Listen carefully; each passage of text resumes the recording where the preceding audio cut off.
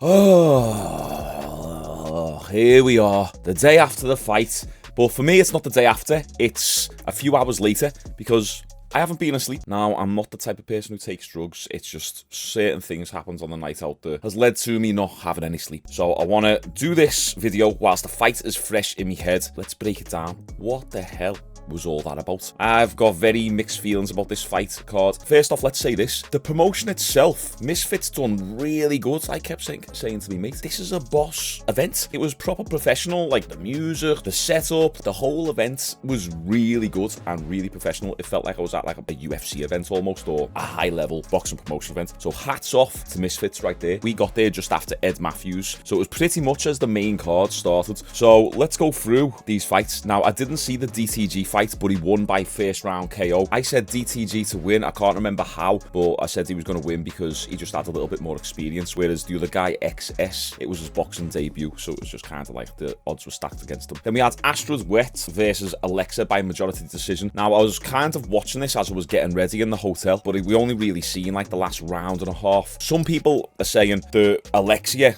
was robbed and the decision should have went to her. I don't know. I don't really care that much. Astrid Wett remains the title holder. When I was watching it, I thought, damn, is this a replay? Because these punches look like they're in slow motion. And then we had Tempo Arts defeated Chase Demoor by split decision. I want to do a video on this Chase Demoor because he's an absolute divvy. I can't remember how I said Tempo Arts would get the job done. I might have said by decision. I can't even remember. I'm not even lying with you. My head's absolutely booming right now. But apparently there was a bit of controversy surrounding that win. I'm just glad Chase Demoor lost because I just hate him. If Tempo Arts wouldn't have gassed so bad, I thought that he wouldn't have gassed because he didn't have anywhere near as much muscle as Chase, but it was a little bit embarrassing that he gassed in the way that he did. We both came out swinging in the first round, so it's kind of to be expected, but you gotta work on that cardio. Your cardio needs to be a weapon, especially these bigger guys. If you're one of these bigger fighters in like the heavyweight divisions and you've just got a little bit more cardio than the rest of the division, the chances of you winning skyrocket. Next we had Ed Matthews versus Swarmz. Ed Matthews coming in on late notice and then getting Swarmz out of there by first round KO. I was like, what? Are you kidding? I did not predict that at all. I said that I'd pick Swarmz to win, but Ed Matthews came in there and he was game. He employed the right strategy. He's not going to have a full gas tank, so just go at him and hope to get him out there as fast as possible, and he did. And apparently Swarmz twisted his ankle or something. Yeah, but that was after he actually got KO'd. Now, I've got an interesting take on this next fight. Nichlmao,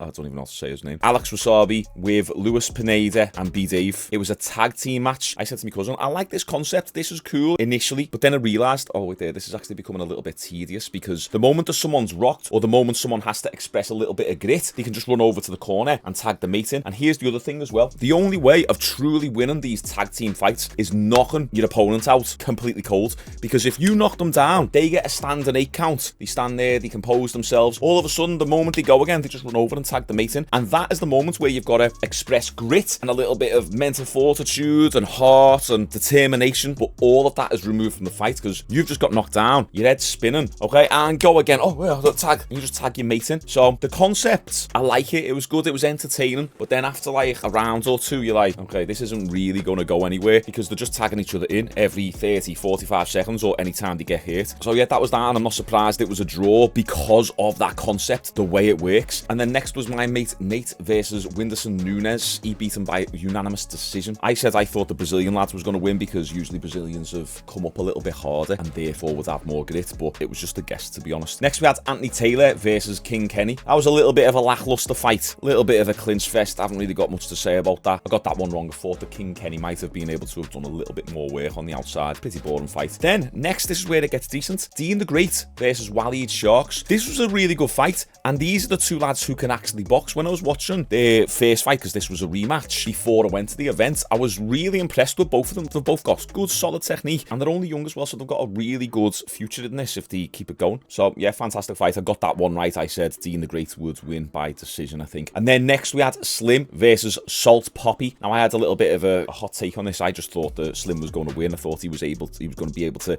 keep him at range. I know Salt Papi is really good and he's amazing at countering. He's got a really good style. The only thing I don't like about Salt Papi, and I noticed he was doing it in this fight, but he was doing it in like he always does it in every fight. He'll clock you, then go.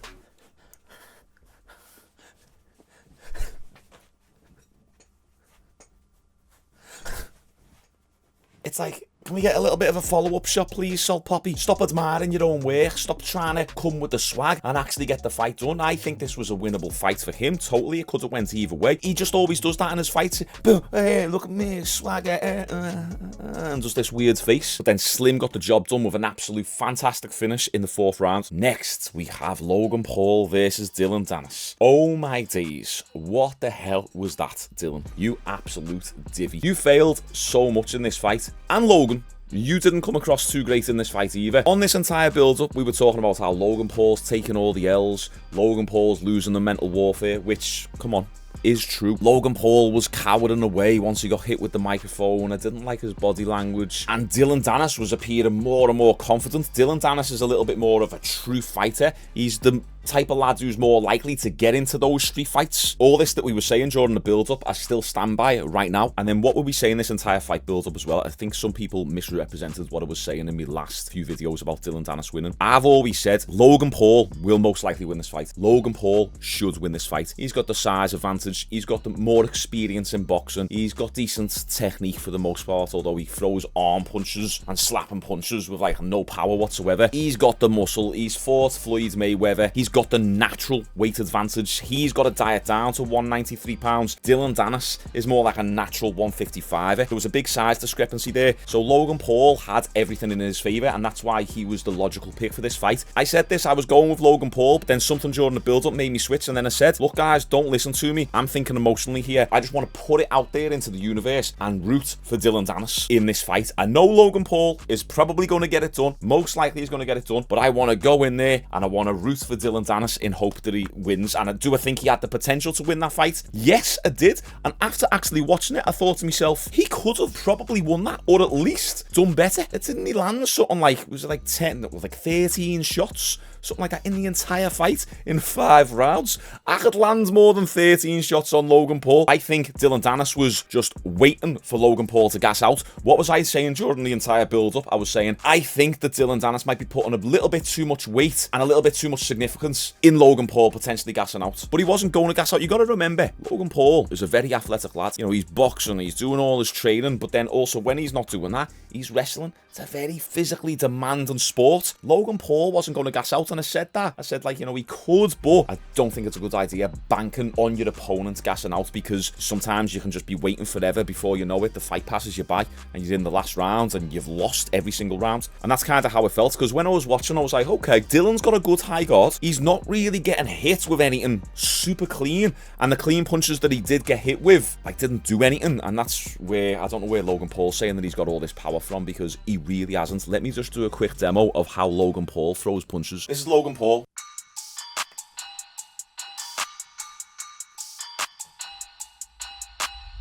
It's just arm punches. He doesn't use any hips. What were we saying on the build-up? He doesn't dig his hooks in. It's all just slaps. It's all slaps. And his body pretty much just stays stiff as a board as he does it. So during the fight, I was kind of like, okay, right, okay, Dillon's putting the pressure on. Like, we can see Dillon's game plan. Got a high guard. Okay, he's trying to figure out Logan. He's not really getting hit with anything clean, but okay, Dillon, you lost the first round. Okay, go into the second round. Okay, he's doing the same again. He's just putting the pressure on. You know, oh, there was a little jab. Oh, there was a right hand, but he missed. Right, okay, pressure, pressure. Oh, end of the second round. And then we were in the third round, and it's like, okay, Dillon, getting halfway into the fight now. Like, are we going to make something happen? No, we just keep walking forwards, keep walking forwards. But then Dillon was like walking forward, taking the punches, blocking the punches, and then doing this. And smiling, like as if to say, what have you got? You got nothing. And I hate when fighters do that. You are actively losing the fight, and then you're like standing there going, come on, let's go, let's have it. Or laughing, what have you got, what have you got? It's like, well, the lad's beating you. Should be asking yourself that. What have you got? Do something. Logan Paul will happily stand there all day and throw dozens and dozens of shots as you just walk into them and do nothing back in return. And then during that fight, someone else in our row got punched, and then we almost got involved. Oh, it was an absolute nightmare. So I missed some of the fight here and there. But then, yeah, Dillon Danis went for a takedown and a guillotine and ends up getting disqualified, and I just felt disappointed. He didn't even get the takedown. He didn't even get the guillotine. And granted, they're all sweaty. You're not going to get a guillotine with whatever 12 or 10 ounce gloves on. and you're all sweaty, you're going to slip out of it. It doesn't really represent his jiu-jitsu skills. I've seen some people saying you're not even good at jiu-jitsu. Okay, well, you go 6 rounds, get super sweaty, and then try and lock in a guillotine on the bigger man with 10 or 12 ounce gloves on. It's difficult to do. And also, let's not forget, Logan Paul can actually wrestle. In terms of who's the best grappler, who could get the better submissions, if it was a battle on the ground, Dillon would most likely win. I think so, pretty much 100%. It's going to be Dillon who comes out on top there. Then again,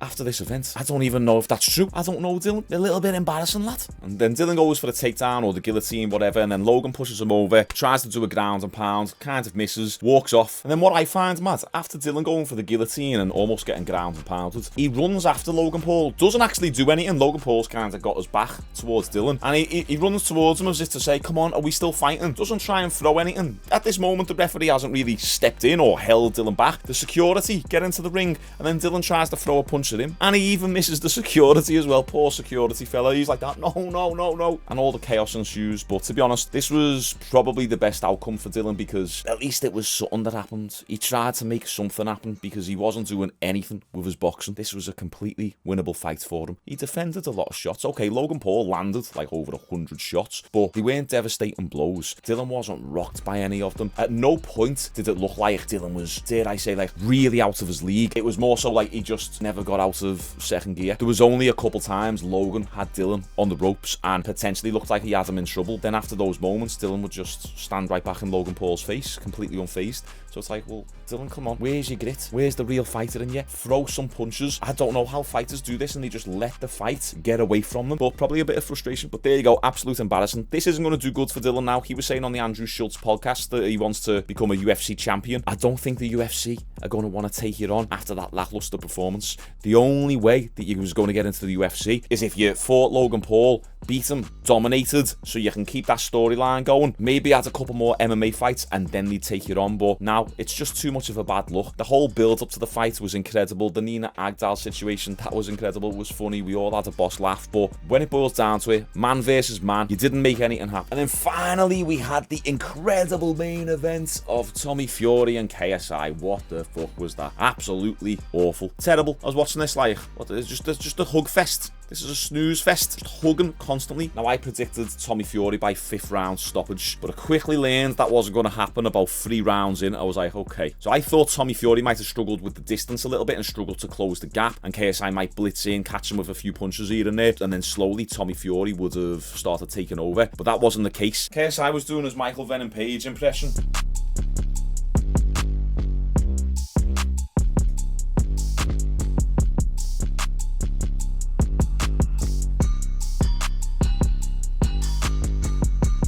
And then would blitz in and pretty much just fall into Tommy Fury's arms. And then they just throw some punches like this at the ribs and then get split up. And then KSI had to do this again. And he bounce in with his blitz. And he'd end up in a hug. And KSI had to throw a few body shots again. And then they get split up. And so on and so forth. Absolute pathetic display. I've seen Tommy Fury say something about his hands. I know it's like excuses, but it's one of those things because it only comes across as an excuse if you say it after you've lost. If you say, oh, look, I've struggled with XYZ, but you've just won the fight, it's not as bad. But we know that if Tommy Fury would have lost that, and then he came out and said, look, I hurt me right hand in training camp, or I couldn't use my right hand the entire training camp, then it would have been a bad look. So whatever, he wasn't able to use his right hand. Still, it just wasn't great. Where was your jab, Tommy?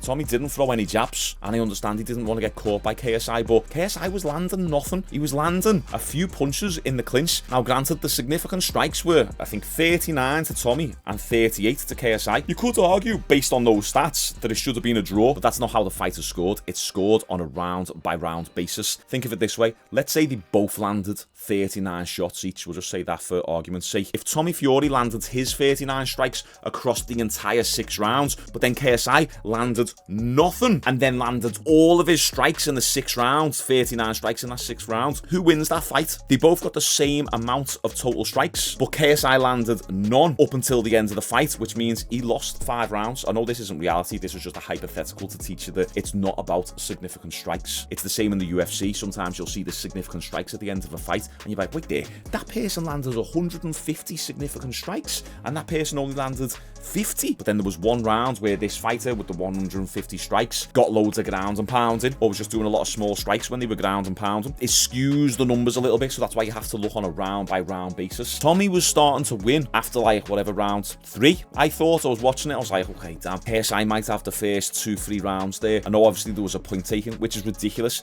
KSI kept turning his head. Tommy didn't purposefully punch him in the back of the head. And correct me if I'm wrong, but I don't think he got a warning prior to that. Did he get one warning and then got a point taken? Or was it just point taken straight away? And the punch wasn't even that bad. He pretty much goes like that and does a knock who's there on the back of KSI's head. So when I was watching it live, I said to my cousin, I'm not really scoring this, but I was trying to watch. I was feeling a little bit tipsy. We had these big crazy double pinters and vodka lemonades. I was feeling it a little bit, but I was like that, trying to look out one eye to score the fight. And from what I remember, actually watching the fight live, yeah, Tommy was taking over. But at the end of the fight, I thought to myself, I don't know who's won here. It could actually go either way, and I would have went, oh, nice, okay, yeah, let's get on with the night. And it wouldn't have fazed me either way. But looking back, I definitely think Tommy Fury got a little bit more done. KSI didn't land any shots pretty much outside of the clinch. Yeah, he's got an awkward style, but what did we say during the build-up? A lot of the time, that style will get exposed by someone who is fundamentally sound. Tommy Fury is very fundamentally sound, but he didn't come across too great in this fight. So I actually enjoyed the event. I enjoyed the card. It was good. I met some of you guys, met some of me subscribers. That was pretty cool. I appreciate you coming up to me. We had a little chat. It was boss. And then I had one of the best nights out I've had in ages. And I haven't been out since like December or November last year. So it was good. It was good vibes all around. I loved the night. I loved the event. The co-main and the main event were a little bit lackluster, especially considering all the build-up. Would I go to another one of these events?